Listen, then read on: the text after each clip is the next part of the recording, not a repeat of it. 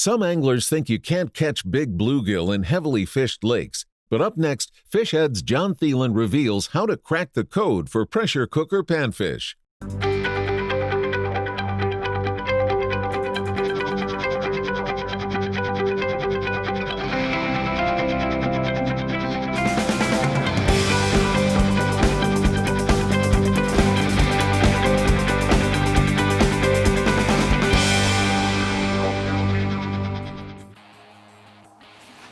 Ooh, look at that. That one feels better. You know, oh yeah, look at that one. That's what we're after today, right there, you know. I set the hook on this one, and man, I'll tell you, that rod just doubled over. That's an awesome fish right there. That's kind of a hybrid. I'll tell you what, this is what we're doing today.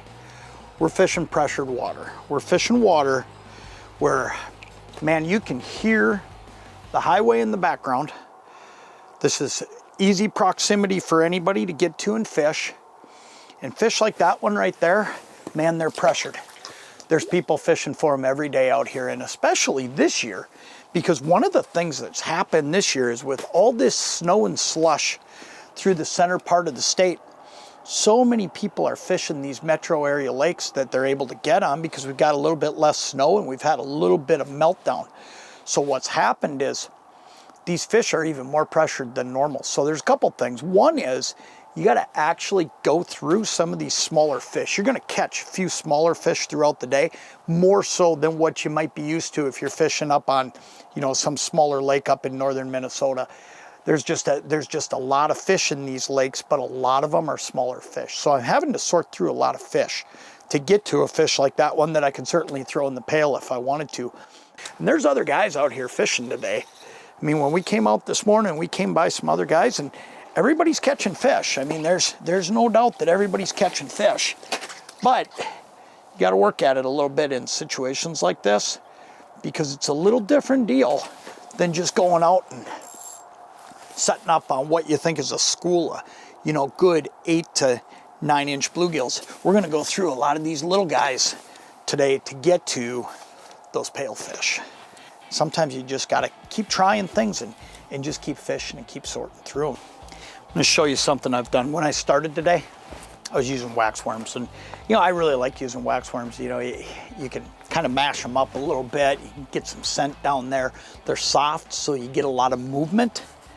With a wax worm on the jig, the tail will give you a little extra movement.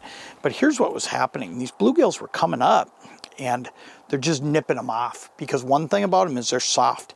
So when you're dealing with a lot of small fish and they're picking on you like these things were on me here this morning, and they're just picking at the back and they're tearing them off, I always, when I stop at that bait shop in the morning and I'm buying waxies, I get my waxies, but I also always get some spikes, because their composition is just made up of a little bit more rubbery type consistency, and they don't come off the hook nearly as easy.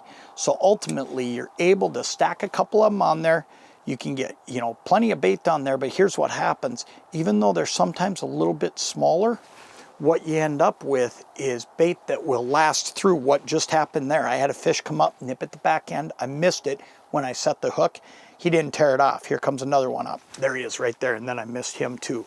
But I know I can keep fishing, because what's going on is those are small fish.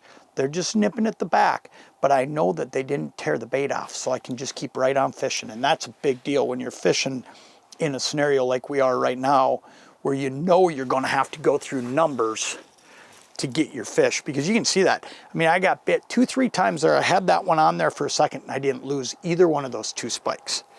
So that is a really big deal. So make sure you're grabbing spikes along with your wax worms, so that if you do run into this situation, you're not finding yourself just running out of wax worms feeding the fish. Oh, there he is. That one feels better. You know, you go through, yep, look at that. That's a good one right there. Look at that fish. That's exactly what it is we're after right there. Whoa, did everything in my power to throw him right back in the hole before he was unhooked. We're gonna let him go anyway, but man, it just goes to show you, been just a little bit of a lull. Not real bad, but a little bit of time that I sat here without catching fish, and then this fish came in. But one thing I'll tell you about how that fish came in, and it makes a big difference a lot of days. That fish came in high. I watched him come in the screen high. There's a whole bunch of fish down in the bottom, but a lot of those fish are the smaller ones. When you see a fish come in high, and when I say high, you know, I'm only fishing 10 feet of water. So when I'm saying high, I'm saying he came in 7, 8 feet. So I reeled right up to him and stuck him. And you know, when you see that, a lot of times those bigger gills, they'll run around a little bit higher than all those other fish that are down on the bottom. And as soon as I saw that, I reeled up to him and got him. And man, that was, you know, exactly what you're looking for. It was textbook. I saw that fish show up and I knew I missed one right there, but you know what? Well, I've got it. Here, I'm going to show you what I'm using. It's just a real simple deal. This is a tungsten toad. And, you know, I mean, you just can't beat tungsten because it allows you to get down fast and it allows you to have a straight line. And when you're fishing bluegills like this, and a lot of times what they're doing is they're lifting the jig just a little bit or they're barely touching it. It's really important to have a straight line. So more so today, when I'm just fishing this 10 feet, more so I'm worried about that straight, tight line, and that weight of the tungsten gives me that. So it's a really simple deal. You can get these tungsten toads in 3 different sizes, and they all go by hook size. You can get it in a size 10, a size 12, and a size 14. I'm using the 12 today, right on the in-between. And you know what? I mean, great for gills, great for crappies. If I'm fishing jumbo perch, I'm usually using that size 10 though, because that's got a little bit beefier hook. But man, this tungsten toad, it's a tough one to beat. It's got great paint schemes and, you know, all 3 of those sizes, and it's just a fish catcher, good sharp hook. One last thing about the tungsten toad and the tungsten bug and all the tungsten from Lindy for that matter. One of the biggest things about tungsten that's irritating is when hooks break out of that tungsten. And there's a lot of tungsten that's made that there's issues with the hooks coming out. And we don't have that problem with the Lindy tungsten. So it's a durable tungsten. Once you buy it, it's going to be in that tackle tray for a long time. And that's one of the biggest things about it, in my opinion, is just its durability. Man, what a long ways up. I can't be 3 feet under the ice with this fish right now. And there he is, he finally just grabbed it. Look at this. Man, I battled with this fish to get him to bite. And I ended up, I will bet you that I ended up no more than 3 feet below the ice before this guy finally hit it. Man, is that cool. It just goes to show you how gills like that, they're willing to get aggressive. That's a pretty fish, isn't it? Man, get out and fish some of these city lakes. I know sometimes you think, oh, geez, there's going to be all kinds of pressure out here. And, you know, there might not be as many big fish. But let me tell you something. They're a ball and they're accessible. I mean, people can get out and it's close to home. You can do a quick little trip for a couple hours on a Saturday. Maybe get the kids out fishing. They're loaded with action. It's a great time. You can fill a pail full of great eating fish, and I chose to just let them all go today, but man, it's been a fun day of fishing.